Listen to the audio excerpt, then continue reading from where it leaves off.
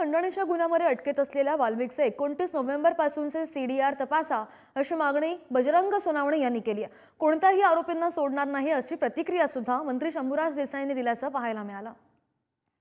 माझं म्हणणं आहे की 29/11 पासून लय मागे गेला नाही 28/5 ला, पण 29/11 पासून त्याने पोलीसच्या कुठल्या माणसाला केसला खंडन केली।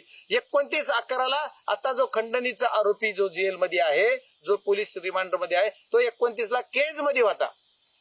केज मध्ये त्यांनी रजिस्ट्री ऑफिस मध्ये एक रजिस्ट्री करून घेतली एका प्लॉटची। त्याला कायच कमी पडलं कुठपर्यंत केजला प्लॉटची रजिस्ट्री, त्याच्याबरोबर कोण कोण होतं। 29/11 पासूनचे तरी सीडीआर काढा म्हणजे तुम्हाला सगळं कळल। राज्याचे प्रमुख म्हणून माननीय मुख्यमंत्री महोदयांनी आणि दोन्ही माननीय उपमुख्यमंत्री महोदय शिंदे साहेबांनी या ठिकाणी स्पष्ट केलेलं आहे की कुठल्याही आरोपीला पाठीशी घातलं जाणार नाही, ज्याचा थेट प्रत्यक्ष अप्रत्यक्ष किंवा दुरान्वयाने थोडासा जरी संबंध कुठं जोडत असला या प्रकरणाशी तरी सुद्धा त्याच्यावर कडक कारवाई केली जाईल, ही भूमिका राज्याचे प्रमुख म्हणून माननीय मुख्यमंत्री महोदयांनी स्पष्ट केलेली आहे। राज्य सरकार या प्रकरणामध्ये कुणालाही पाठीशी घालणार नाही।